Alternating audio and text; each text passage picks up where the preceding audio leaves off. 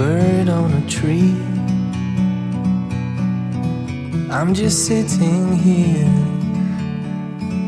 I got time. It's clear to see. From up here, the world seems small. We can sit together. It's so beautiful, you and me. We meant to be. Saudara, dalam acara perpisahannya bersama ASN, Gubernur DKI Jakarta Anies Baswedan didemo warga. Di tengah acara, Anies keluar balai kota menemui pendemo dan menjawab beragam tuntutan warga.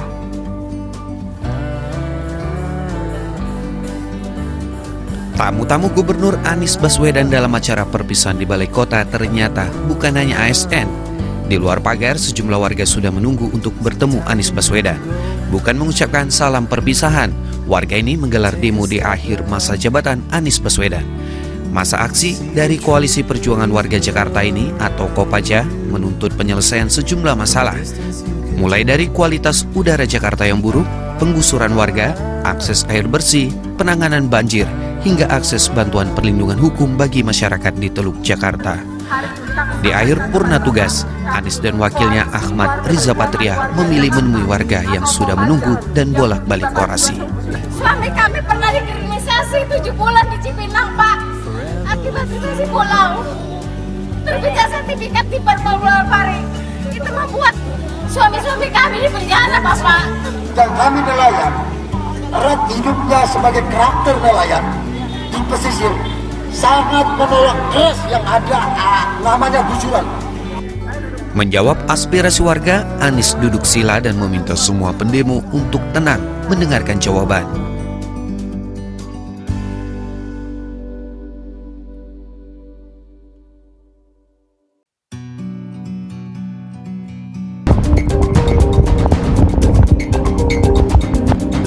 Hujan deras yang mengguyur wilayah ibu kota mengakibatkan ruas Jalan Dharma Wangsa, Jakarta Selatan tergenang air di beberapa tempat mencapai setinggi 50 cm pada Sabtu siang. Walau genangan cukup tinggi, kendaraan roda 4 maupun roda 2 masih ada yang melintas dengan perlahan. Sementara itu, petugas PPSU yang berada di lokasi menutup sementara Jalan Dharma Wangsa menuju Jalan Brawijaya dan arus lalu lintas diarahkan untuk melintasi Jalan Dharma Wangsa 11. Mereka hanya menganggap mereka yang paling baik dan mereka lah yang mempunyai kunci surga. Sedangkan kita mungkin bagian neraka kan ya. Mundur! Anies mundur! Anies mundur! Kita punya pemimpin yang tidak mau bekerja, hanya pandai mengontek kata. Buat apa kita punya pemimpin seperti itu? Kita ingin pemimpin yang bekerja, yang betul-betul pro rakyat, betul tidak? Ibu bapak capek nggak lihat gubernur hanya ngeles? Capek nggak hanya gubernur hanya bisa ngomong? Capek nggak? Saya bukan capek lagi. Kalau bisa hari ini Anies mundur, tapi kita masih harus ada proses, ibu-ibu. Keinginan kita mungkin beliau mundur, tapi kita harus mengikuti aturan yang berlaku. Betul tidak? Makanya hari ini saya tadi cukup bersyukur. Saya senang sekali walaupun kita diprovokasi, dilemparin, kita tidak terpengaruh. Bukan karena kita takut, tapi karena kita beretika. Apalagi Dewi Tanjung tidak takut sama mereka. Sudah ada contohnya yang saya laporin sama ini. Betul tidak? Sudah ada berapa orang dari mereka yang saya laporin? Ini sebentar lagi. Ya, sebentar lagi dia Anies Baswedan harus mempertanggungjawabkan kinerjanya kepada warga DKI sesuai janji kampanye politiknya. Jangan hanya ngomong doang, Anies, kalau gitu saya juga bisa. Betul tidak? Saya juga bisa, saya berjanji kepada ibu-ibu nanti saya kasih kolam. Ternyata banjir. Kini terbukti bahwa Anies Baswedan tidak bisa kerja, tidak memiliki kesanggupan memimpin, dan miskin kemampuan manajemen. Pembangunan Jakarta berhenti selama dia memimpin 5 tahun. Ini secara jelas terungkap dalam kasus proyek Sodetan Ciliwung. Proyek anti banjir Jakarta itu mangkrak selama dia menjadi gubernur. Korban sudah berjatuhan selama masa itu. Dan kini baru dihidupkan kembali dengan kehadiran Heru Budi Hartono. Proyek pembangunan Sodetan itu mangkrak dengan alasan pembebasan lahan. Namun begitu Pak Heru bekerja, masalah pembebasan lahan itu dengan segera terselesaikan. Cuma dalam bilangan bulan. Jadi persoalannya adalah pada apakah Anies tahu apa yang harus dikerjakan untuk menangani banjir, apakah dia sanggup menjalankannya, dan apakah dia mau melakukannya. Sodetan Kali Ciliwung sebenarnya adalah proyek Kementerian Pekerjaan Umum dan Perumahan Rakyat pada 2014. Ini adalah bagian dari skema besar penanganan banjir di Jakarta yang harus dilakukan secara menyeluruh dari hulu ke hilir. Di hulu, pemerintah membangun Bendungan Ciawi dan Bendungan Sukamahi. Adapun pembangunan Sodetan Kali Ciliwung ada di bagian hilir. Sodetan Ciliwung dibangun untuk memecah Kali Ciliwung ke kanal banjir timur agar tidak lagi terjadi banjir. Proyek Sodetan itu dimulai dari titik masuk air atau area inlet yang berada di Sungai Ciliwung, kawasan Bidara Cina, Jakarta Timur. Sementara air akan keluar di area outlet, tepatnya di Kanal Banjir Timur, kawasan Kebon Nanas, Jakarta Timur. Diperkirakan sodetan ini akan mengurangi debit air hingga 33 meter kubik per detik pada saat status banjir siaga 4. Sedangkan pada saat status banjir siaga 1, sodetan ini dapat mengurangi debit air hingga 63 meter kubik per detik. Dengan kata lain, kalau sodetan ini bisa dibangun, hampir pasti banjir di Jakarta akan berkurang. Namun untuk melaksanakan proyek ini, pemerintah pusat tidak bisa bekerja sendirian. Pembebasan lahannya di wilayah pembangunan sodetan merupakan tanggung jawab Pemprov DKI. Anggaran pembebasan lahannya sendiri adalah uang pemerintah pusat, tapi pembebasannya harus dieksekusi Pemprov DKI. Proyek Sodetan Kali Ciliwung mulai terganjal pada tahun 2016 di era Ahok. Penyebabnya, warga Bidara Cina yang menempati lahan yang hendak disodet menolak lahan mereka dibebaskan. Pengadilan Tata Usaha Negara kemudian memenangkan gugatan warga. Tapi pada 2016, sebelum mengakhiri jabatannya, Ahok mengajukan kasasi. Ini yang kemudian seharusnya dilanjutkan Anies ketika ia naik ke tampuk gubernur pada 2017. Tapi bukannya mengupayakan penyelesaian, Anies justru menghentikan upaya pembebasan lahan. Pada 2019, Anies bahkan mencabut kasasi yang pernah dilayangkan Ahok. Ini yang menghambat kelanjutan proyek Sodetan Ciliwung. Anies sebenarnya dikabarkan membentuk tim persiapan pengadaan tanah untuk Sodetan Kali Ciliwung, tapi kerjanya tidak pernah terdengar. Ketika banjir besar melanda Jakarta kembali di awal 2020, Menteri PUPR Basuki Hadimulyono kembali mengingatkan bahwa pembebasan lahan untuk sodetan bergantung pada Pemprov DKI. Kami nggak bisa turun, katanya dengan nada putus asa ketika itu. Tapi harapan itu tak pernah digubris Anies. Keadaan baru sekarang berubah begitu Heru Budi naik menjadi pejabat gubernur. Proyek Sodetan ini menjadi salah satu program prioritasnya. Pada 12 Januari 2023, Pemprov mulai melakukan pembongkaran 59 bangunan yang berada di bantaran Kali Ciliwung. Proyek Sodetan Ciliwung pun berlanjut. Diperkirakan proyek ini akan berakhir pada April. Kecepatan kerja Heru Budi ini tentu mengejutkan. Kalau ternyata soal pembebasan lahan itu bisa dilakukan hanya dalam bilangan bulan, lantas mengapa selama bertahun-tahun Anies tidak bisa menyelesaikannya?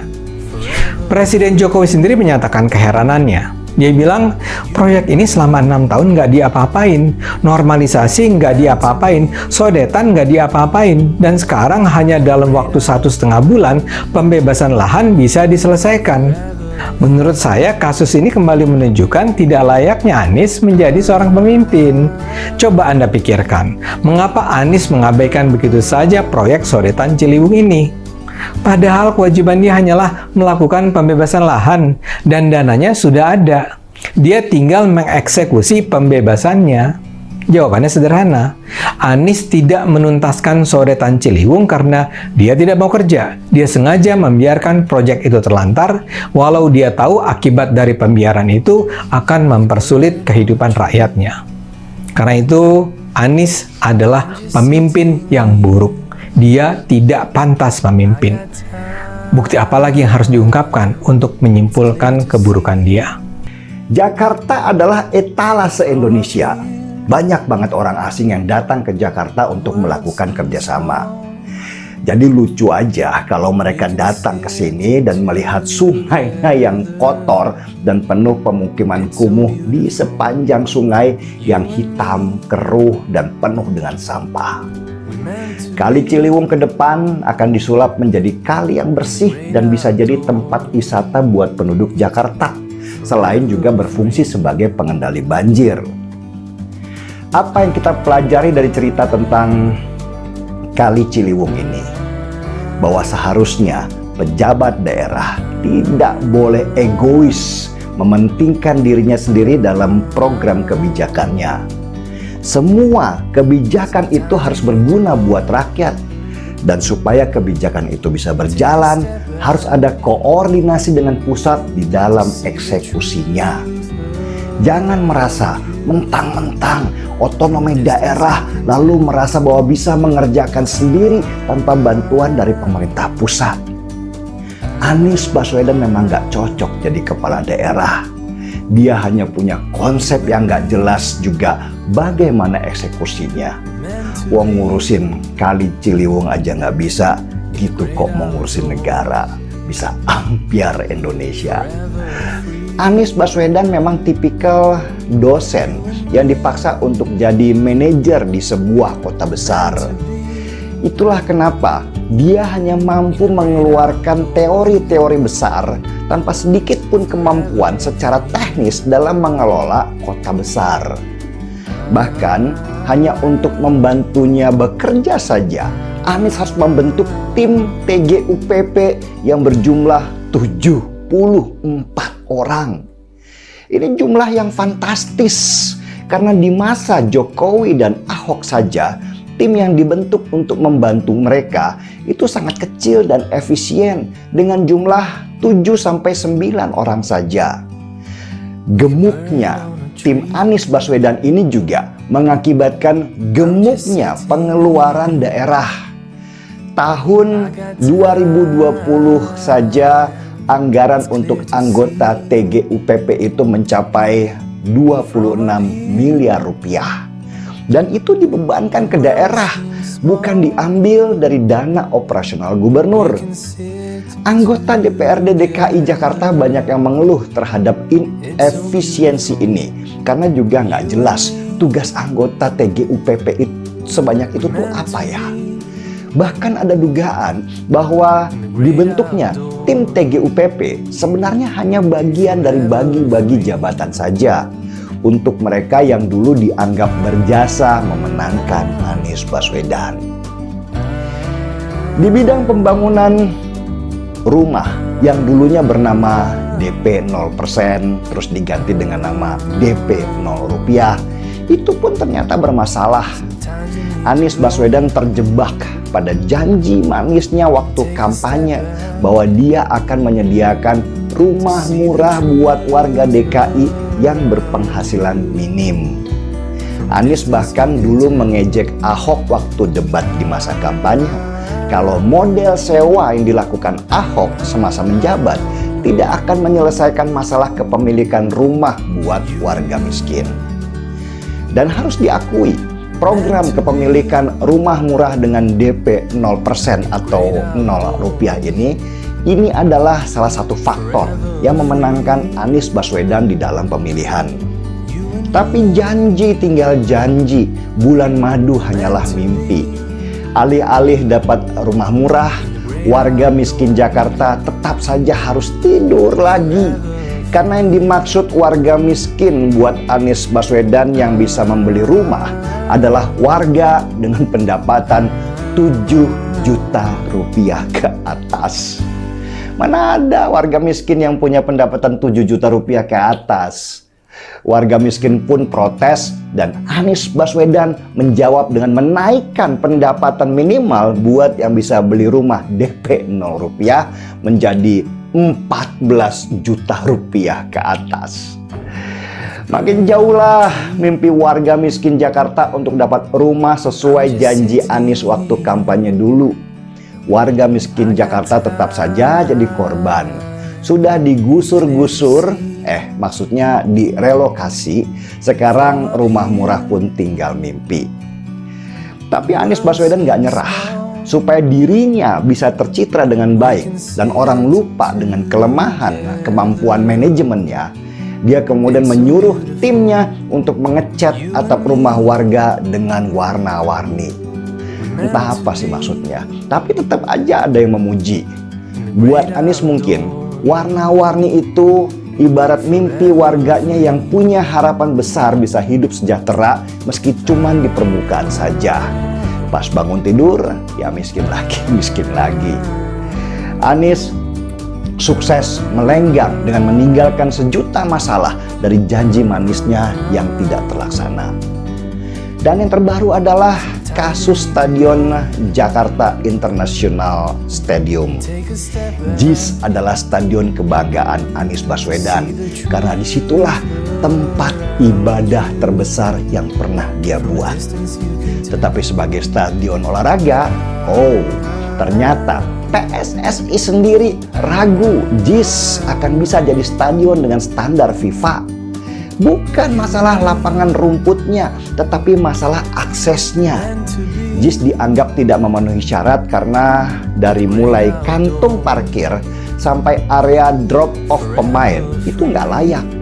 Bahkan beredar video di mana sebuah bus yang mau masuk ke area drop off pemain itu harus susah payah masuk karena rendahnya atap masuk ke area drop off itu.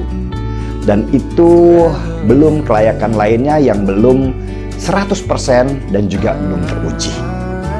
Banyak sekali masalah yang ditinggalkan Anies Baswedan di Jakarta. Itu belum nama-nama jalan yang dengan seenaknya dia ganti tanpa peduli keruwetan warganya yang harus mengganti KTP sampai kartu keluarga. Tapi Anies Baswedan mana peduli. Yang penting dia sudah balas budi kepada para pendukungnya, sedangkan warga lain silahkan gigit jari. Nanti kalau Anies Baswedan sudah keluar kantornya dan jabatan itu diisi oleh pelaksana tugas, percayalah, bakalan ada lebih banyak masalah yang ditemukan yang berhubungan dengan manajemen dan administrasi di Jakarta. Gitu kok mau jadi presiden. Bisa ruwet Indonesia kalau doi menang. Mending kita relakan saja Anies bikin podcast dan jadi YouTuber aja. Siapa tahu di sana dia bisa digelari Sultan.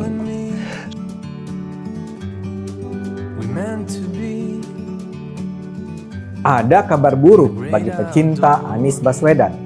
Anies dinyatakan bersalah karena melakukan pembiaran banjir di Jakarta. Pengadilan Tata Usaha Negara PT UN Jakarta mengabulkan gugatan warga yang menjadi korban banjir akibat meluapnya Kali Mampang, Jakarta Selatan. Dalam putusan dinyatakan Anies Baswedan kalah dalam gugatan tersebut dan wajib menjalankan putusan PT UN. Anies dinyatakan bersalah karena tidak melanjutkan pengerukan Kali Mampang sampai tuntas. Anies juga dinyatakan bersalah karena tidak membangun turap sungai di Kelurahan Pela Mampang. Gara-gara keputusan Anies itu, warga di daerah tersebut kembali menjadi korban banjir pada 19 sampai 21 Februari 2021 dengan ketinggian air mencapai 2 meter. Selain itu, PT UN juga menghukum Anies untuk membayar biaya perkara sebesar 2,6 juta rupiah. Gugatan kepada Anies itu diajukan 7 warga korban banjir. Para penggugat menuntut Anies segera menjalankan program normalisasi sejumlah sungai di Jakarta, termasuk Kali Mampang. Warga menganggap Anies tidak mempedulikan upaya penanganan banjir yang sebenarnya sudah dilakukan Pemprov sebelumnya. Menurut penggugat, pengerukan kali terakhir dilakukan tahun 2017. Tepat sebelum Anies naik ke tampuk pimpinan Jakarta. Seusai itu, pengerukan tidak dilanjutkan. Kemenangan warga ini layak disyukuri dan dijadikan contoh. Selama ini kita sudah banyak mendengar keluhan warga tentang kekacauan kepemimpinan Anies. Selama 4 tahun memimpin, Anies membawa Jakarta pada kondisi memprihatinkan. Dan ini menjadi sangat kentara karena dia menggantikan Ahok yang menata Jakarta dengan manajemen yang sangat profesional. Banyak warga Jakarta yang sudah mengeluhkan kondisi yang harus dijalani setiap hari. Ketujuh warga yang menggugat Anies ini mengambil langkah berbeda. Mereka tidak hanya mengeluh, mereka juga menggugat. Dan prosesnya sama sekali tidak mudah. Banjir mereka alami Februari 2021 dan baru 1 tahun kemudian gugatan mereka dimenangkan PT UN. Para warga ini harus pulang pergi ke pengadilan. Mereka harus mengumpulkan tumpukan bukti untuk menunjukkan bahwa Anies memang lalai. Beruntung mereka memperoleh bantuan hukum cuma-cuma. Kuasa hukum mereka bersedia tidak dibayar karena terketuk hatinya dengan penderitaan warga. Para kuasa hukum ini berbeda sekali dengan image tentang pengacara yang kemaruk dan loyal terhadap orang yang bersedia membayar besar. Mereka idealis sesungguhnya. Dan mereka berhasil mematahkan segenap argumen pembela Anies yang mengada-ada. Karena kerja sama warga dan kuasa hukum yang kompak ini, Anies akhirnya dinyatakan kalah. PT UN memang tidak mengabulkan gugatan ganti rugi 1 miliar rupiah yang diajukan ke Anies. Namun yang terpenting, Anies dinyatakan bersalah dan harus melanjutkan kewajiban mengeruk sungai dan membangun turap. Ditinggiin bang ya, biar nggak kau. Di tanggul lah katanya. Ini kan belum ada tanggul cuma tertentu aja yang mungkin ya kampung mungkin ya ada dari apanya nggak tahu, belum pernah. Sejak saya ada di sini itu pengurukan baru kali ini. Ya dengan adanya pengurukan tersebut gimana sih Pak Bapak harapannya? Ya harapannya sih kalau emang mau dikeruk itu supaya nggak banjir kan. Iya. Dan dikeruk itu juga harus diturap. Kalau diturap jadi kan nggak akan merugikan warga. Itulah harapan yang diungkapkan sejumlah warga di Pondok Jaya, daerah di bantaran Kali Mampang, Jakarta Selatan. Mereka mengaku setiap turun hujan besar, permukiman mereka selalu kebanjiran. Untuk itu, warga menilai pengerukan dan pembuatan tanggul di Kali Mampang perlu dilakukan. Bak gayung bersambut, gugatan korban banjir di kawasan Kelurahan Pela Mampang, Jakarta Selatan dikabulkan oleh Pengadilan Tata Usaha Negara Jakarta. Pemprov DKI harus mengerjakan pengerukan Kali Mampang secara tuntas sampai ke wilayah Pondok Jaya. Putusan PT UN juga mengharuskan Pemprov DKI memproses pembangunan turap atau tanggul sungai di Kelurahan Pela Mampang. Tim Advokasi Solidaritas Korban Banjir menyatakan, putusan ini membuktikan bahwa Pemprov DKI tak serius dalam penanganan soal banjir. Penggugat menyebut Kali Mampang terakhir dikeruk pada tahun 2017 lalu. Akibatnya selama 3 hari di tanggal 19, 20, dan 21 Februari tahun lalu, jalan depan rumah kami terendam banjir hingga ketinggian 2 meter. Hal yang belum pernah terjadi selama kami tinggal di sini dan tentu saja membuat kami sangat shock dan stres. Dengan dikabulkannya sebagian gugatan kami oleh PT UN DKI Jakarta, kami berharap pengendalian banjir tidak hanya segera direalisasikan dengan melakukan pengerukan berkala dan penurapan di wilayah Kali Mampang sesuai keputusan Majelis Hakim. Namun, walaupun tidak dikabulkannya sebagian lain dari gugatan kami minta perhatian yang sama juga diberikan untuk kali-kali dan saluran-saluran air lain di wilayah rawan banjir.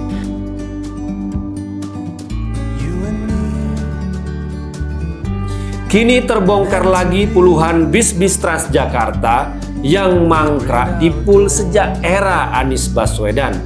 Padahal para penumpang Transjakarta mengeluh karena berdesak-desakan, menunggu lama karena armada bis yang telat datang dan sedikit.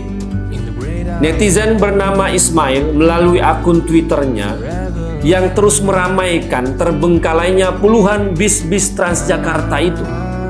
Padahal bis-bis itu baru dibeli tahun 2017 dan baru diserah terimakan pada tahun 2018. Era Ahok membeli bis-bis Eropa yang berkualitas tinggi. Bandingkan dari era sebelumnya, bis-bis produk Tiongkok, produk Cina yang tidak jelas mereknya malah kena kasus korupsi. Ahok membeli 300 bis produk Mercy dan Scania yang jenis low entry. Namun kini sekitar 60 bis dari merek Scania mangkrak karena diduga dibiarkan terlantar.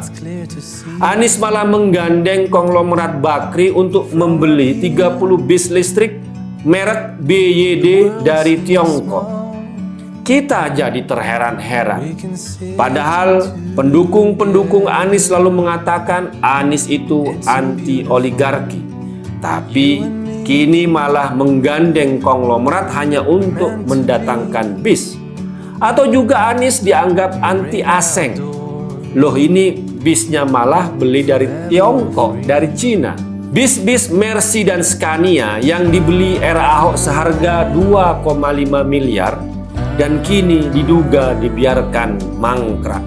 Sementara bis-bis listrik yang didatangkan Anies melalui perantara perusahaan konglomerat Bakri katanya harganya 3-5 miliar untuk satu bisnya. Era Anies memang tidak ada terobosan berarti untuk mengurai kemacetan dan membangun transportasi publik di Jakarta. Transjakarta sudah dimulai sejak era Pak Sutioso.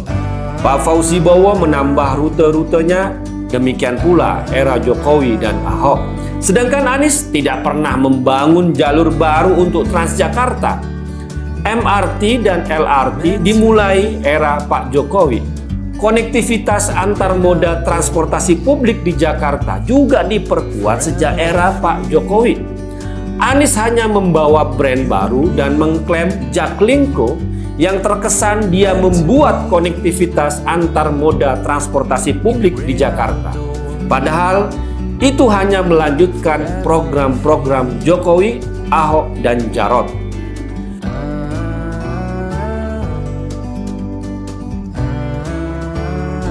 Jika Bapak Ibu Saudara-saudari suka video ini, mohon mengklik like, mengklik subscribe, mengklik share, dan jangan lupa klik lonceng notifikasinya.